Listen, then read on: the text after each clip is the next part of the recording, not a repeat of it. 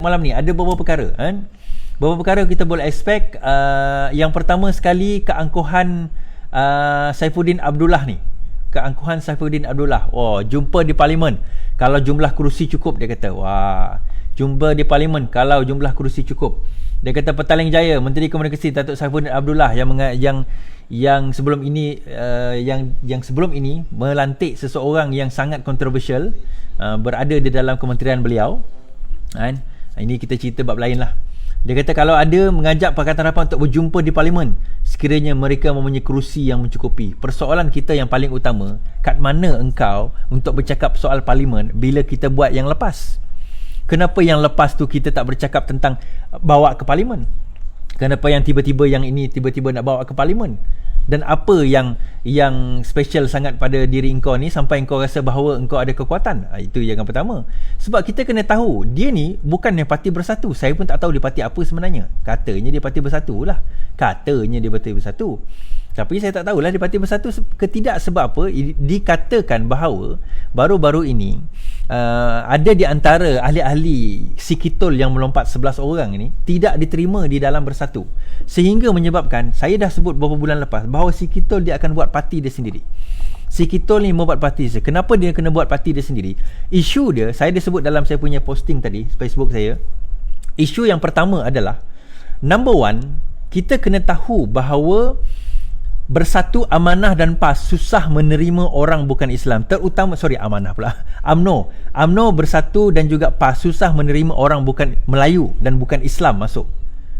Orang bukan Melayu dan bukan Islam masuk ke dalam parti mereka. Malah dalam PAS pun, walaupun mereka ada gabungan orang bukan Islam yang penyokong PAS, tetapi hakikatnya mereka sekadar tahap penyokong. Mereka bukan boleh mengundi pun. Dia tak boleh jadi ahli. Sebab kriteria utama untuk menjadi ahli PAS ialah dia mesti seorang Muslim. Seingat saya, setahu saya lah, kalau tak boleh, kita ramai-ramai lah boleh masuk dalam PAS sekarang ini kalau bukan Islam. Apa salahnya kan? Cuma undang-undang negara kita mewajibkan bahawa Melayu mesti Islam. Tak apalah benda tu, kita tak ada persoalkan benda tu. But my point is, kalau sekiranya 11 orang ni, kita tengok Santara seumpamanya, kalau kita tengok geng-geng semisal Santara lah yang saya ingat kan, daripada Santara lah. Santara saya ingat Ali Biju, kalau kita tengok Willy Mongin, mereka semua ni bukan Islam, bukan Melayu. Walaupun dia status dia Bumiputra, tetapi jangan kita sangka bahawa Bumiputra ni status dia tinggi di kalangan ultra Melayu. Bukan saya bagi saya semua equal. Tetapi di kalangan ultra Melayu, status Bumiputra ni tak setinggi orang Melayu. Terutama di kawasan Semenanjung, di mana parti itu dikuasai oleh orang Semenanjung. Orang Semenanjung pula yang jenis-jenis ultra Melayu. Bagi dia Melayu tu paling tinggi. Tak kisahlah Melayu tu Melayu apa. Dia tak penting, dia kata Mamak ke, Melayu Jawa ke, Melayu Bugis ke, dia tak kisah, janji nama dia Melayu, maka dia lebih. Namun begitu, kalau engkau Bumiputra, okey lagi. Tapi Bumiputra bukan Islam, level engkau kat bawah pada pandangan ultra Melayu ini. Jadi jangan nak bangga sangat lah. Kita kata kan, kau dah jadi timbalan menteri dan sebagainya. Itu saya kata, ini langkah panjang baik. Langkah panjang. Lepas ni nak masuk parti mana? Sebab itu, langkah sekarang ini adalah mereka kena mewujudkan satu parti. Dan mengikut maklumat yang saya dapat bahawa parti yang mereka nak tubuhkan tu menghadapi kesukaran untuk diluluskan. Maka bila menghadapi kesukaran untuk diluluskan, dia kena consider untuk take over parti yang dah ada.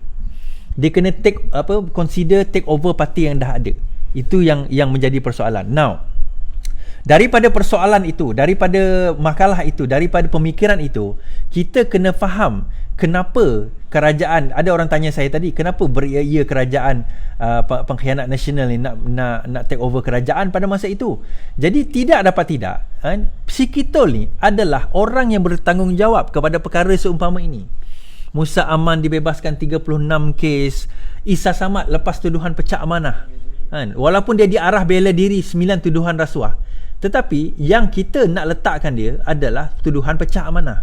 Kalau pecah amanah ini, ada orang kata satu pecah amanah tu satu je, yang lain tu 9 tuduhan rasuah. Okey, Mahkamah Tinggi mengarahkan bekas pengurusi Vedat membela diri terhadap 9 tuduhan rasuah berhubung 3 juta yang sebab apa kucing hotel pembelian hotel Merdeka Palace dekat Kuching tu bernilai 160 juta.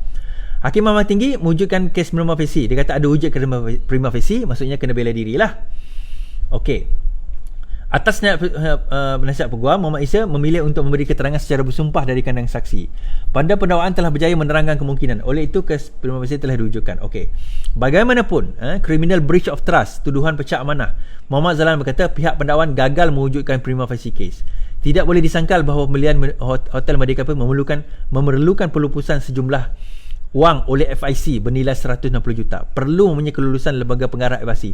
Ia tidak diluluskan oleh tertuduh. Dia kata tertuduh tidak boleh meluluskan pembelian itu kerana undang-undang syarikat berkenaan serta peraturan dalaman FIC menyatakan bahawa tanggungjawab kelulusan bukan ke atas tertuduh maupun pengarah lain secara individu, tetapi ke atas lembaga pengarah itu sendiri. Okey. Saya tak tertarik dengan alasan pembalasan ini. Itu bagi saya itu kerja hakim. Kerja hakim dia membebaskan. Yang saya tertarik, adakah pendakwa raya akan appeal atau tidak? Itu yang saya tertarik nak dengar. Adakah dia akan appeal kepada keputusan mahkamah tinggi ini atau tidak? Yang itu saya tertarik.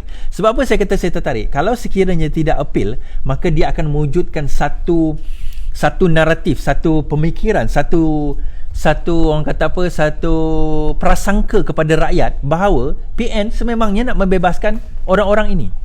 PN memang niatnya nak membebaskan orang-orang sebegini supaya untuk memudahkan mereka.